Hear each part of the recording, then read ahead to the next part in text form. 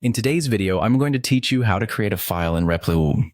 Whether you're new to coding or just need a quick refresher, knowing how to create a file is an essential skill. Replit is a powerful online coding environment that makes it easy to develop and share your projects. So let's get started with this step-by-step guide, and by the end of it, you'll be adding new files to your Replit projects with ease.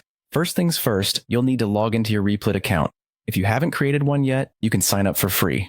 Once you're logged in, you'll be greeted by the Replit dashboard. From here, locate the project you want to work on. This could be a new project you've just created or an existing one you've been developing. Open the project so that you can see the development environment Replit provides. Now that your project is open, take a look to the right side of your screen. Here you'll find the File Explorer. This is where all of your project files are listed, and it's incredibly handy for navigating larger projects when multiple files are involved. To add a new file, look for the New File option or the Add File icon, which usually resembles a plus sign. Clicking this will prompt you to name your new file. Choose a descriptive file name that refers clearly to its contents or purpose. Examples might include index.js for a JavaScript file, styled CSS for a style sheet, or data.json for a JSON file.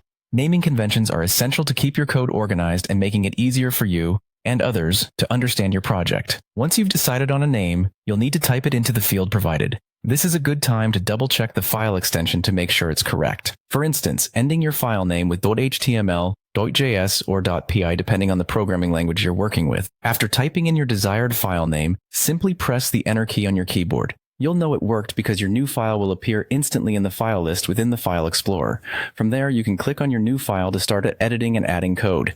And there you have it, a brand new file added to your Replit project, ready for you to dive in and start coding. Creating files is a foundational skill that supports better organization and development flow, especially as projects grow in complexity. So that's all for this tutorial. I hope this guide has been clear and helpful. Thank you for watching, and happy coding on Replit.